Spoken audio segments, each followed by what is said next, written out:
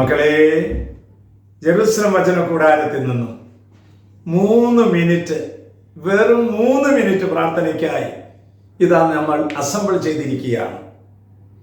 കുട്ടികളുടെ പരീക്ഷാ കാലഘട്ടമാണിത്.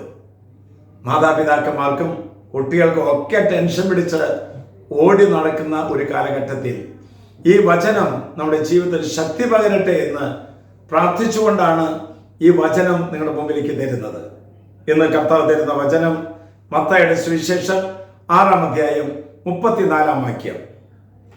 നാളെയെ കുറിച്ച് നിങ്ങൾ ആകുലരാകരുത്, നാളത്തെ ദിനം തന്നെ അതിനെക്കുറിച്ച് ആകുലപ്പെട്ടുകൊള്ളും, ഓരോ ദിവസത്തിനും അതാതിന്റെ ക്ലേശങ്ങൾ മതിയല്ലോ.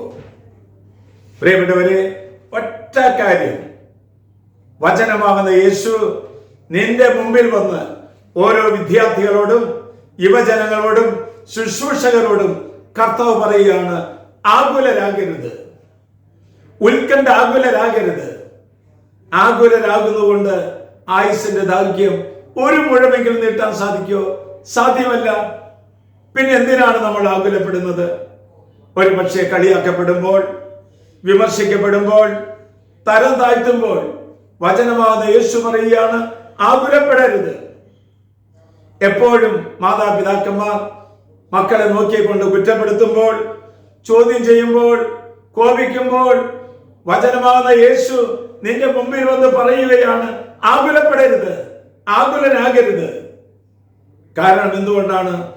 അനേകം മക്കൾക്ക് പ്രചോദനം നൽകേണ്ട ഒരു പവർ ഹൗസാണ് നീയും ഞാനും, നമ്മളെല്ലാവരും. അതുകൊണ്ട് നമ്മുടെ ജീവിതത്തിൽ തളർന്നവർക്ക് ഉത്തേജനമാകുന്ന ഒരു ഔഷധമുള്ള വ്യക്തികളായി മാറാൻ വേണ്ടിയിട്ടാണ് ഇപ്രകാരം പറയുന്നത്. അതുകൊണ്ട് പുഞ്ചിരി തൂകിക്കൊണ്ട്, ഒരു സ്നേഹ സാന്നിധ്യമായിക്കൊണ്ട്, കഴിയുന്നത്ര സഹായം ചെയ്തു കൊടുത്തുകൊണ്ട് ആകുലതയിൽ നിന്നും നമുക്ക് രക്ഷ പ്രാപിക്കാം. എല്ലാ വിദ്യാർത്ഥികളെ അനുഗ്രഹിക്കട്ടെ. പരീക്ഷാ സമയത്തും പഠന നേരത്തും പഠന മണിക്കൂറുകളിലും സഹായകനായ പരിശുദ്ധാത്മാവ് എല്ലാ വിദ്യാർത്ഥികളിലും വന്ന് നിറയട്ടെ. ആശ്വാസപ്രദമായ രാത്രി, പ്രതീക്ഷാ നിർഭരമായ പ്രഭാതം, സൽപ്രവർത്തികൾ നിറഞ്ഞ ദിവസം നൽകി നാം എല്ലാവരെയും അനുഗ്രഹിക്കട്ടെ. നമ്മുടെ കർത്താവ് ഈശോ മിശിഹായുടെ കൃപയും പിതാവായ ദൈവത്തിന്റെ സ്നേഹവും പരിശുദ്ധാത്മാവിന്റെ സഹവാസവും നാം എല്ലാവരോടും കൂടി ഉണ്ടായിരിക്കട്ടെ, ഇപ്പോഴും എപ്പോഴും എന്നേക്കും.